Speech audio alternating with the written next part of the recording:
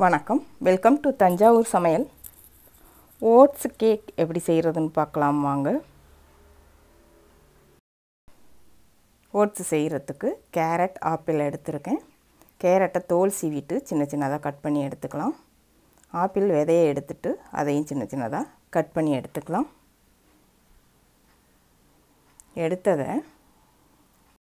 இதை இன்னும் ரொம்ப சின்ன பீஸாக கட் பண்ணி எடுத்துக்கணும். அதனால் நான் சாப்பரில் கட் பண்ணுறேன்.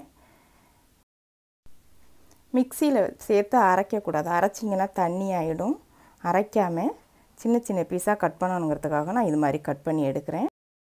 நீங்கள் கேரட் துருவுறதில் வச்சு துருவி எடுத்துக்கலாம், அல்லது மிக்சியில் சேர்த்து பல்ஸ் மோடில் வச்சு துருவியும் எடுத்துக்கலாம். இப்போ சின்ன சின்னதாக கட் பண்ணி எடுத்தாச்சு. இது இருக்கட்டும். 2 முட்டை எடுத்திருக்கேன். இது கூட அரை கப் ப்ரௌன் சுகர் சேர்க்குறேன். நீங்கள் உங்களுக்கு எந்த சர்க்கரை, வெல்லம் எது வேணாலும் சேர்த்துக்கலாம். கொஞ்சமாக உப்பு, கொஞ்சம் பட்டைத்தூள், அரை teaspoon baking powder, 1 teaspoon vanilla essence சேர்த்து இது கூட 2 டேபிள் ஸ்பூன் தேங்காய் எண்ணெய் அல்லது வெண்ணெய் சேர்த்துக்கலாம். நான் தேங்காய் எண்ணெய் சேர்க்குறேன்.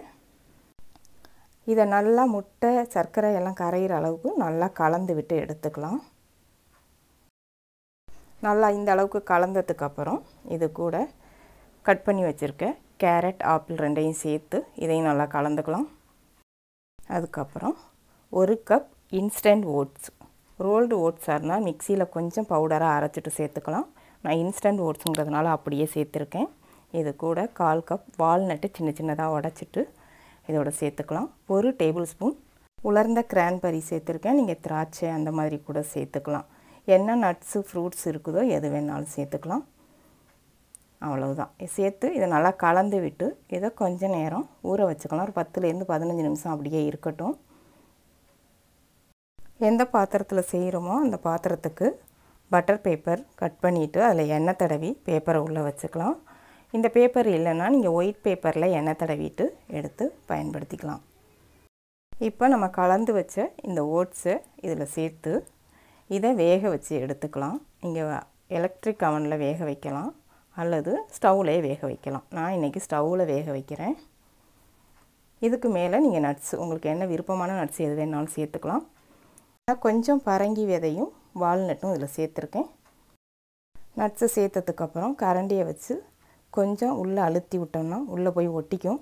மேலே இருந்துச்சுன்னா வெந்து வந்ததுக்கப்புறம் உதிர்ந்து விழுந்துடும். விழுவாத அளவுக்கு கொஞ்சம் உள்ளே அழுத்தி விட்டு இப்போ இதை வேக வச்சுக்கலாம். ஸ்டவ்வில் வேக வைக்கிறதுக்கு ஒரு பாத்திரத்தில் உப்பு சேர்த்திருக்கேன். இதில் உள்ளே ஒரு ஸ்டாண்ட் வச்சுக்கலாம். வச்சுட்டு இதை மூடி அனல் அதிகமாக வச்சு இதை 10 நிமிஷம் நல்லா சூடுபடுத்திக்கலாம். இது சூடாகட்டும். 10 நிமிஷத்துக்கு அப்புறம் இதை திறந்து இது உள்ளே வச்சு வேக வச்சுக்கலாம்.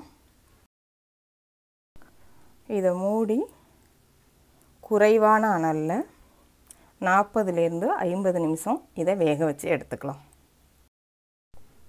இப்போ 50 நிமிஷம் ஆயிடுச்சு. வெந்துருச்சான்னு செக் பண்ணிக்கலாம்.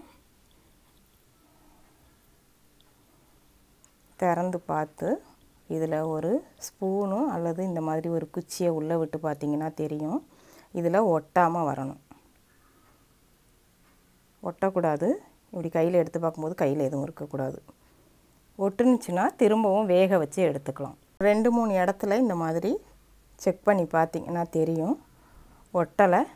இப்போ இது நல்லா வெந்துருச்சு. இதை எடுத்துடலாம்.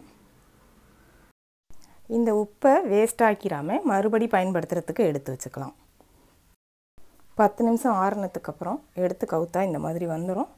வந்ததுக்கப்புறம் பேப்பர் எடுத்துட்டு இப்போ கட் பண்ணி பார்க்கலாம் எப்படி இருக்குன்னு. பார்க்கவே நல்லாயிருக்கு. உள்ளே எப்படி இருக்குன்னு பார்க்கலாம். நல்லா வெந்து நல்லா வந்திருக்கு. சாப்பிட்டு பார்த்துடலாம். சாப்பிட்றதுக்கு டேஸ்ட்டும் ரொம்ப நல்லாயிருக்கு. ரொம்ப ஈஸியாகவும் செய்யலாம். நீங்களும் செஞ்சு பாருங்கள். வீடியோ பிடிச்சிருந்தா வீடியோ ஷேர் பண்ணுங்கள். தஞ்சாவூர் சமையலுக்கு சப்ஸ்கிரைப் பண்ணுங்கள். தேங்க்யூ.